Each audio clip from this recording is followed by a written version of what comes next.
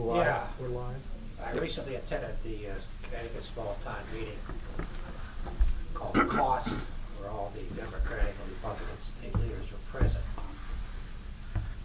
Here's my takeaway from this meeting. The legislative leaders from both parties indicated that municipal aid to towns would, quote, most likely not be cut. Estimated aid at $460 million. But that was before Senator Lilly proposed eliminating the local property tax on cars as a means to reimburse or redistribute revenues based upon a needs assessment. That means rich towns like Summers.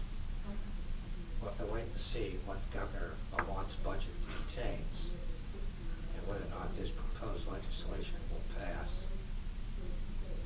They indicated economic cost sharing will probably increase by $115 million. $270 million has been promised to the transportation system, with $400 million being earmarked for low-income families. The rainy day fund estimated to be $2.9 billion by 2020, which the governor says he will not tap. But I question this. With the commitments to tax relief for low-income families, aids to town, and transportation system, the math doesn't add up. There was little or no discussion or agreement or commitment to cut expenses.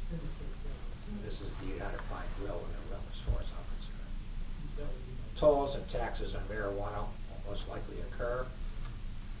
The volatility cap, which was implemented to save excess tax receipts tied to investment earnings, can be overturned with a 3/5 vote of the General Assembly. That's 91 votes in the House and 23 votes in the Senate. Another tempting target for money to be tapped to pay for all the aforementioned expenses. Look for this to happen since expenses outstrip revenues and are forecasted to do so over the next couple of years. The teacher pension debt is only 40% funded. It's a ticking debt time bomb. It will not be a push to have the towns take on 1/3 of this responsibility as they tried the last budget cycle. I love this. The state borrowed $42 billion to shore up the teachers fund. This money was borrowed at 5.5% interest, while the state is forecasting an 8% return. I don't know about you guys, I don't know the last time I got a guaranteed 8%. This is scary. Connecticut ranks 7th from the bottom of all states with its ability to weather a recession as forecasted in 2020. They indicated that steep grants will remain the same. Regionalization was discussed with emphasis on school district consolidation. In essence, the state's current fiscal dilemma is like borrowing from one credit card to pay off another credit card while ignoring the debt. We're going to have to become more self-reliant because it's obvious that the state's assistance will continue to decline. I continue to say we need to expand our economic opportunities as a way to mitigate the pressure to continue to raise real estate taxes. I talk frequently with both Mike and Brian, and I don't know how we budget with all this uncertainty. But let's see what happens with the new administration. I get concerned when they keep raising taxes and making more commitments. It's going to be a problem.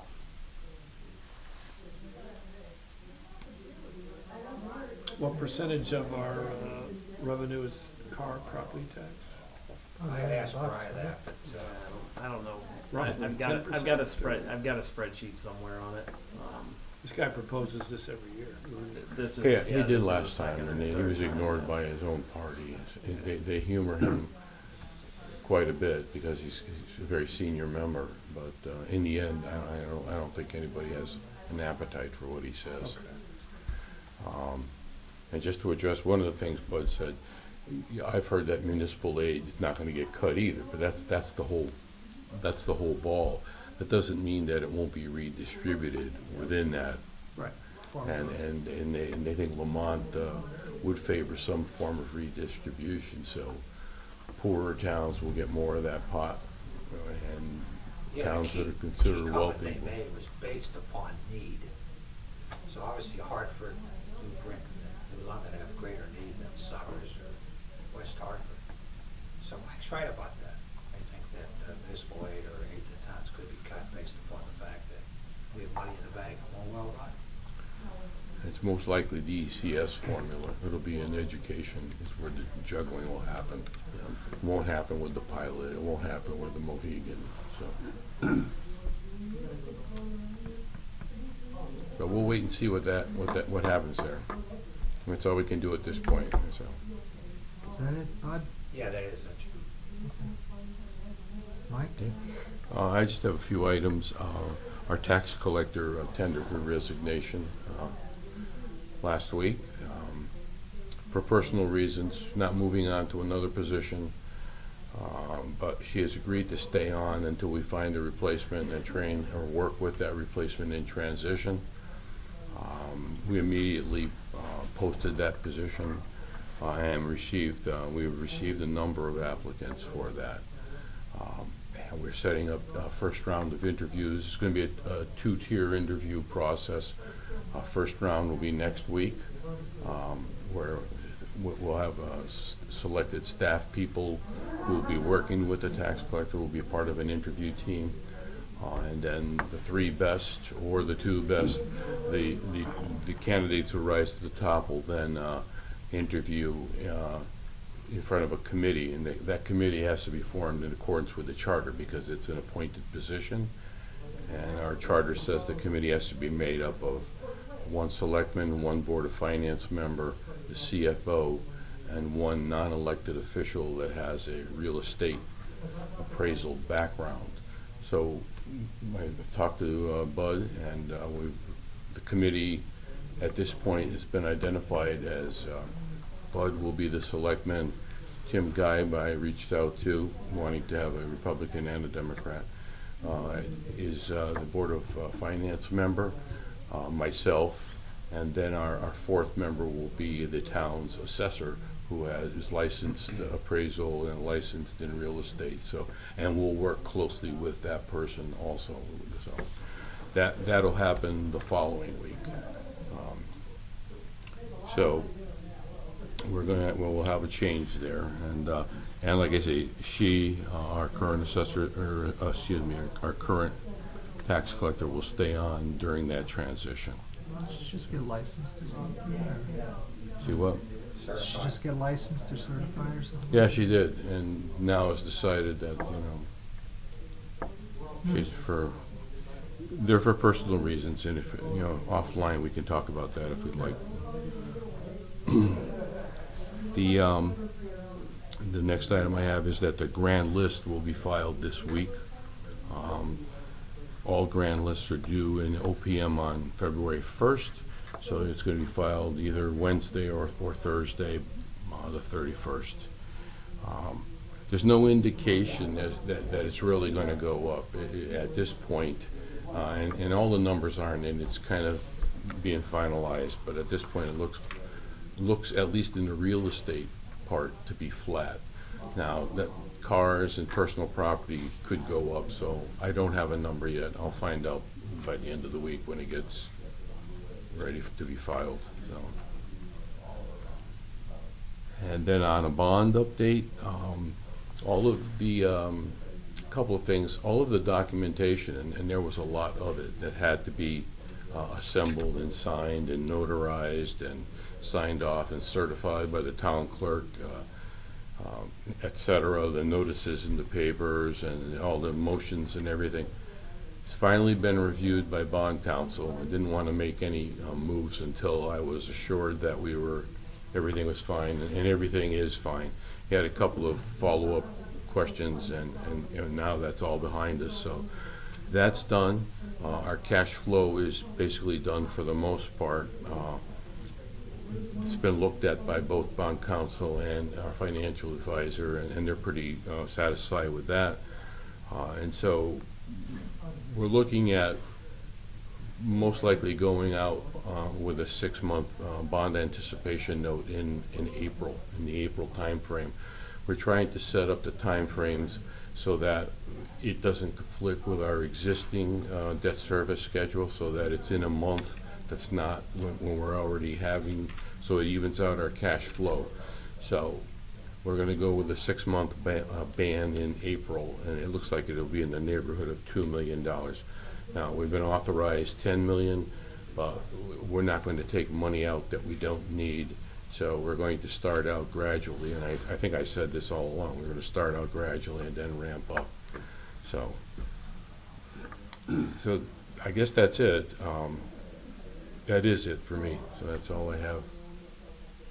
Budget update? Budget update, I think Brian was going to handle that. So we've got, all departments are in, and we're beginning the scrubbing process. The February 7th meeting with the selectmen is the next chance where we're going to begin to hammer down on the line items and you know, see where the growth is at. We do have some growth in the budget. We don't have any figures as of yet as far to say, you know, it's going to be this. But there is some growth in the budget. We're gonna, you know, scrub through that, see if there's anywhere to reduce any of it or not. The Board of Ed has submitted their budget. Well, the superintendent submitted his budget to the Board of Ed. I met with him earlier this month, and he gave me a copy of his budget. Their increase right now is $1,091,626. 4.78. 4.78%. The first question I asked him was, how did the Board of Ed receive this? Does it, you know, were they shocked? Did they seem completely fine with it? So I fully expect that is what you guys will see from the Board of Ed presentation, is that 4.78% increase come before you. You know, I will leave that to you guys on that. The earliest we're looking at revenues will be near the end of February. So we're waiting on the grand list, and then the governor's budget is supposed to be submitted by February 20th, I believe. So at that time, we'll kind of have a revenue picture as well and see, you know, where we're standing. And then the following day, we meet with the selectmen again. So if there's any kind of, you know, drastic revenue changes, you know, to still give us time to make drastic expense changes if needed as well. Other than that, we're just getting to work and we're pounding hard on it. What's the basis for the 4.7? Is it contractual? Is it? A lot of it is contractual increases, salary-wise. Benefits are going up between 9 and 10%. Things that were cut in the past years are now Yeah. back on the table because they've been without. For example, textbooks is one of the line items I saw was drastically cut last year. It's fully restored and then some this year. So I mean, I would let him explain all that. That's over a mill right there, It's isn't it? about 1 1/4. I would, in the interest of expedition, this is just me talking, but I would encourage them to take a sharper pencil to that budget. Well, did their board approve it? Their They public did. hearing is in March, so they haven't gone to public hearing yet for approval on it, but the Board of Ed seems to be fine with it. I know he was gonna invite you guys out to their public hearing, you know, so that you could, you know, be there with the parents and hear, you know, the parents talk about the budget and so forth as well, and their questions and concerns about it. I don't know. With the amount of money we're putting into the school system through the bonding at the moment, plus want another $1 million+ on top of that? I don't Not know. gonna pass them though. Huh? Not gonna pass them though. No. I just think it's the wrong time. It's not the time to be putting out that kind of a number. I also think with the issues going on with the state, we're not in a position to backstop the mill increase by taking money out of the our funds. I'm not sure if that's the right word, but in the Yeah, past, we've done a little bit of That's the that. right idea. But I'm just concerned with all the risk going on this year. Maybe we gotta manage our budget by the mill increase and not by dipping into the, Do you want The to touch funds. upon the general fund at all, or? I mean, we have a healthy reserve, yes. We have a healthy reserve, and again, it's way too early It is. to make any kind of conjecture. I couldn't even tell you I right mean, now. I understand the frame what of the gap reference is that to Mike fill. is coming from, and it's kind of my first reaction too, but it depends on what's really happening on the revenue side also. And I don't foresee the struggle that we had last year, or either the year before under the Malloy administration. It seems like it's gonna be pretty straightforward, and if it is, and if we're funded kind of where we were last year, it should all be a moot point. I mean, expense-wise, we might be able to do all that without having any increases in taxes, so that's the potential. I mean, yeah, well, don't forget, you're going 5% on a budget that was cut last year to a point that was the equivalent Very of bare 3 bones. years before. Yeah. And so it's almost like squeezing with a balloon, it's starting to, it's gonna come back, and people are gonna wanna fund at a more reasonable level, so. Should it be challenged? Absolutely, but, Yeah, the town budget last year was what it was 3 years prior to that, so Mike's got a point on why defending it one way or the other, but you keep cutting, and then the increase looks like it's greater than it would have been, so. what we plan to do on a town budget side is to show you, here's our increase, and here's every component of that increase, and this is why. And that's what we're gonna do with the selectmen, and we really can't do that here until we've actually had that exercise with them, and they approve it, so, well, we'll be prepared next month to do that, so. Is there any way that you can get us where we stand to date? I know the numbers are totally, Fluid, huh? you're fluid. You're talking about how we are standing. If we can get like a weekly update as to where you see this whole thing going and that shortfall. Because this is an important, February, March is important, but they're gonna go to public hearing, and once they go to public hearing, that thing's gotta go through. I think they should get the message that, based upon your estimates, whether this thing is gonna work or not work, but we just need to nip this in the bud. I think. The big question is the municipal aid, the ECS grant. If they come after us on that, then everything changes. But we won't know about that. We don't know when the governor My releases proposal its for the budget. February 25th meeting, so next month's meeting, was to have the superintendent here, and I explained this to him, to have him here to present his budget to you guys. And by then, we should have The governor's numbers. the governor's numbers, we should have some kind of revenue picture, we should know where the selectmen's budget stands. At that point, we put it all on the table and say, this is, the budget that we're looking at. It gives you guys an entire month really to look at it before you need to worry about approving anything in March, so you get time to, if you wanna have a special meeting and cut some budget or so forth, or if you're fine with it and March comes and, you guys approve it, but the goal is, for the February meeting to have everybody here and have a full-on, budget presentation for you guys, to begin your side of the process. Okay, so Okay. we'll be patient. CIP? We had CIP meeting the other day, and I guess there have been some requests out of Sequence for a cruiser. The police seem to think they need to have a new cruiser right away. And then I guess there's Mike can probably explain the basis behind this better than I, but apparently the senior center has worked a gambit to obtain a new bus at, I guess, zero cost to the town. Is that right? No, match, 12,000. 20% match, about $11,500. Yeah, Yeah. 11.5. But I understood that the other existing bus was gonna be sold. Yes. Yeah, so in the end, it's a net zero. Yeah. It will most likely be a net zero. Um, Those, my recollection is that the CIP committee voted to approve those two Yes, they did. items.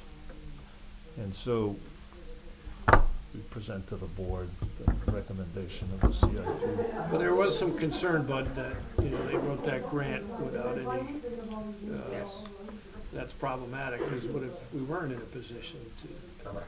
yeah, We'll address that as we I'm address sure the you, and, performance appraisal system.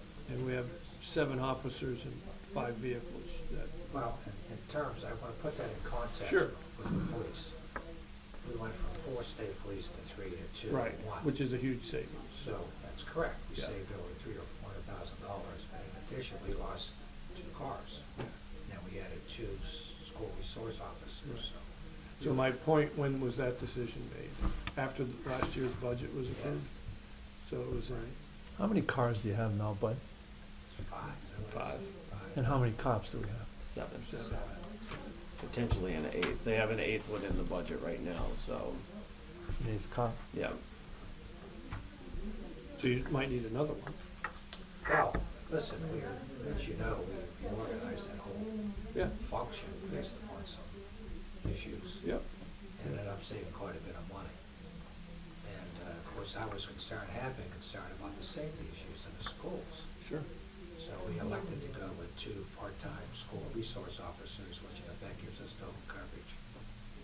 And then we have the issue in terms of the recommendation of having a car on site if there's an emergency. Of course, you can't predict that, so I thought it was justified to take the recommendations from the police in terms of what they feel is required.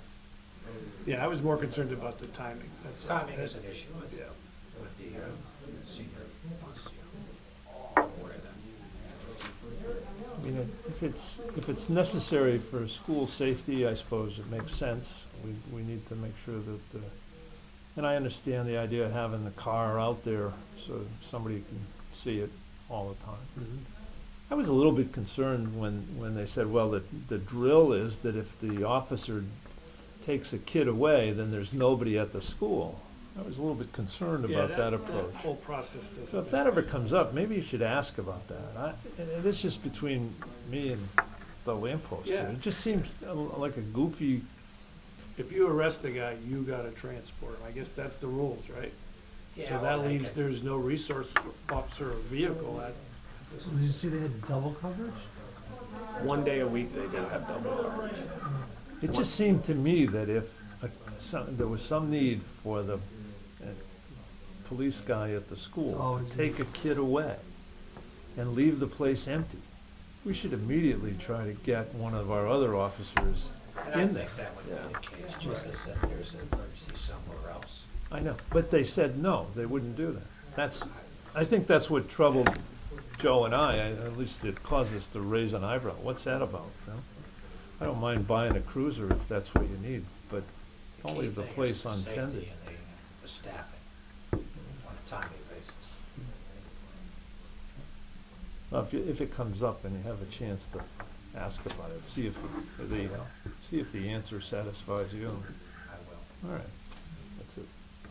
There were some other things brought up for the future at the meeting. The ambulance apparently is to be replaced at a no impact on the, is that, am I That's saying it right? correct, yeah. And no Yeah. impact on The the, ambulance fund, yeah. on the general fund. They want to, the same thing with a cardiac monitor. Apparently the ones that they have are now becoming outdated, is that right? That's correct. And then lastly, I guess the number that Todd came up with to get the fire station in shape is $100,000. Apparently, the time that they put in actually looking at what's really wrong with the fire station has brought the numbers down quite a bit from what we were told originally. So I think those are three things that are on the table here for short term.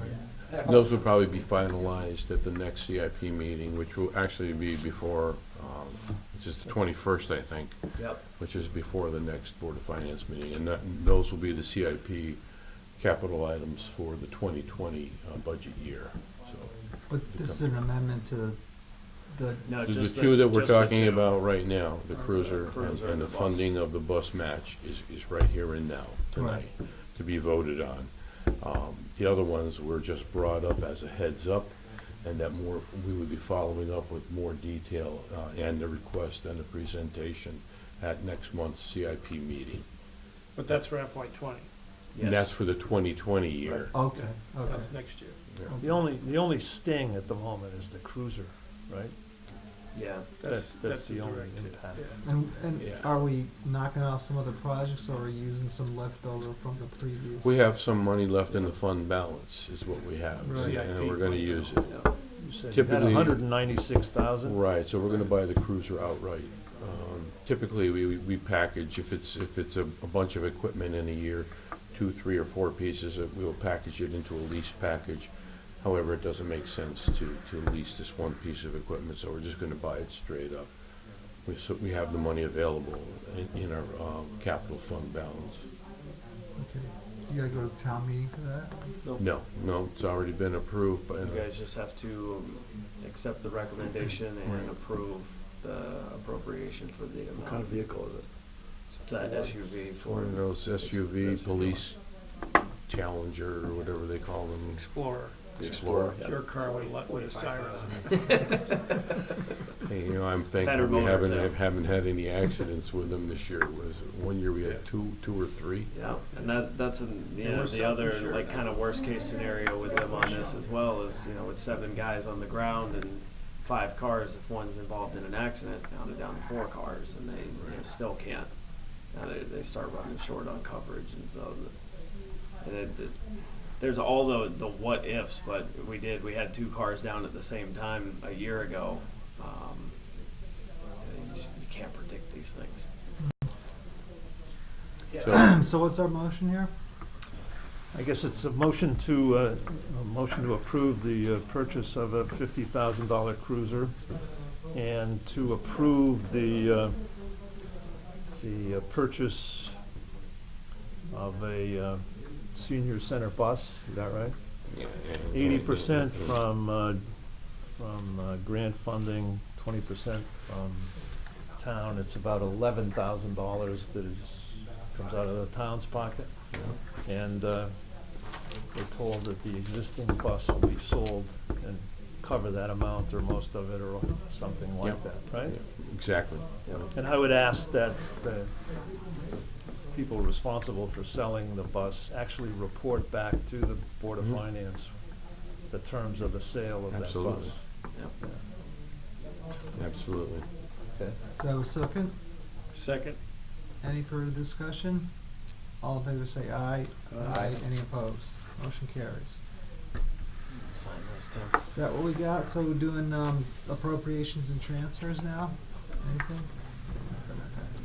We don't have any. Nope. Minutes to be approved December 17th, 2018.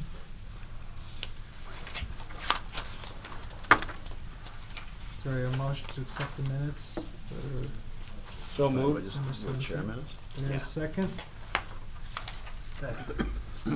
Any further discussion?